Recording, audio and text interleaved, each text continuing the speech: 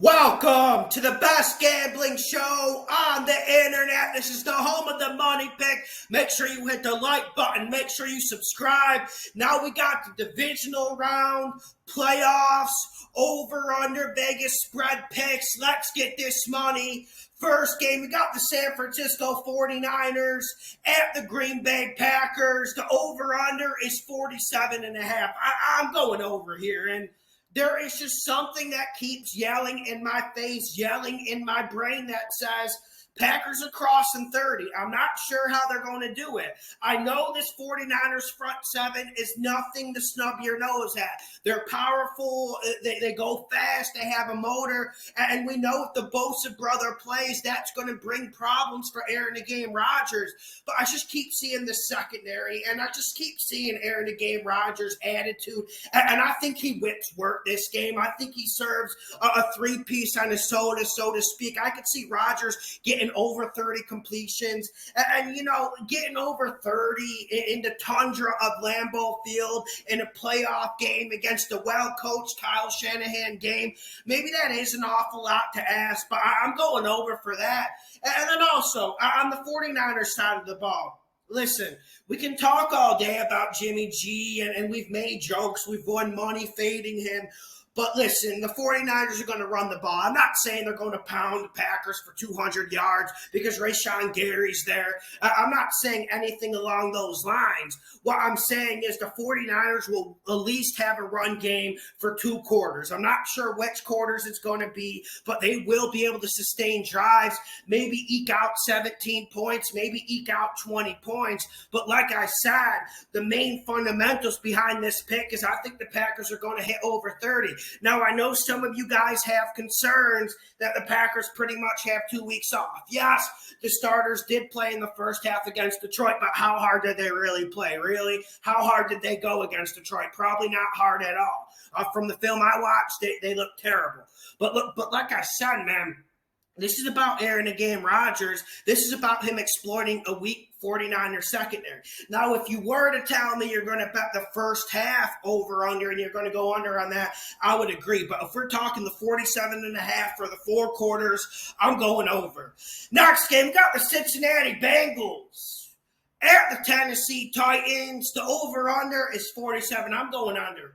And I can see why people want to go over here, and I can see that instinct. Young Joe Burrow, the King Henry should be back. We'll get an announcement later in the week, but I'm planning on it.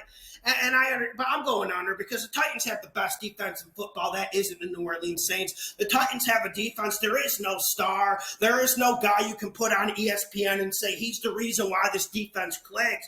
It's a team effort, and I don't know if there's a more ferocious, better tackling defense in this league at the moment. And the pass rush isn't great, but the Bengals offensive line isn't great. And we saw Amendola tear up the Titans secondary, but I think that's an admiration. They cover rather well. They play a lot of man-to-man, and Mike Vrabel has these guys ready to die on that gridiron for him, and I think that's the most important thing in the game.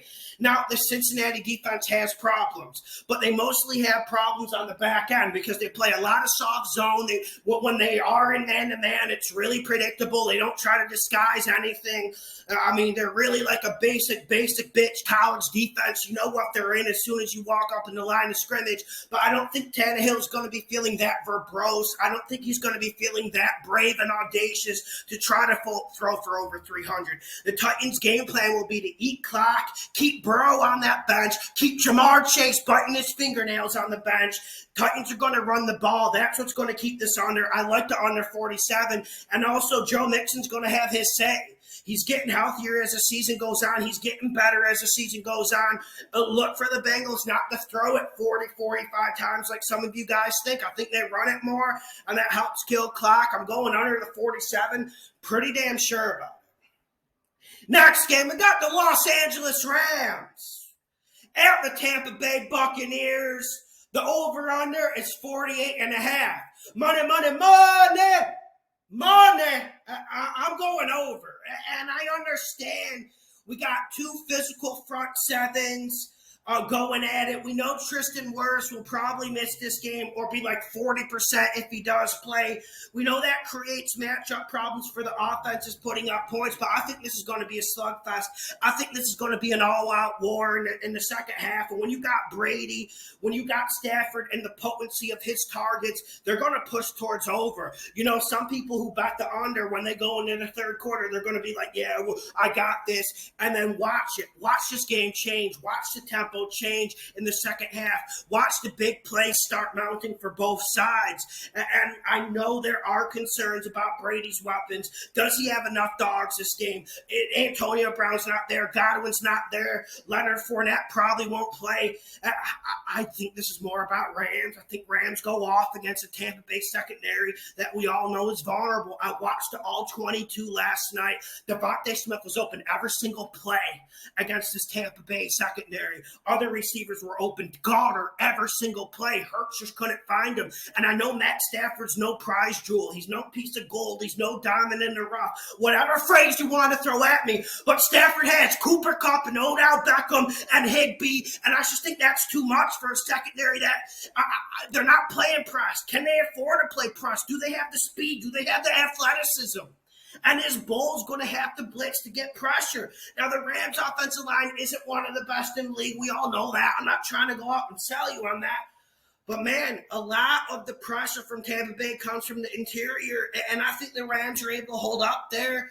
I'm going over the 48.5, making a money pick. Next game, we got the Buffalo Bills. Dinks at the Kansas City Chiefs. The over-under is 54.5. Money, money, money. Money. Listen closely.